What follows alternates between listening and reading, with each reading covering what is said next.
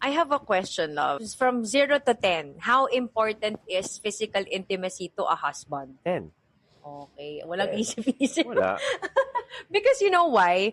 When I realized that, na parang need pala talaga to ng asawa ko, no? Parang I became mindful about it.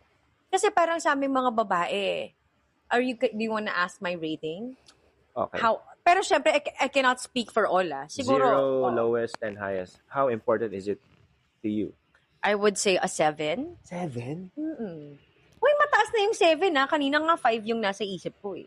Kumbaga, love, parang our bodies are wired to not really always look for it.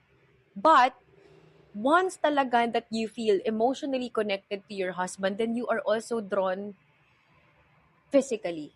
Pero kung tatanungin mo kami if it's a need, not so. So ngayon, kaya yung nung na-realize ko na 10 ang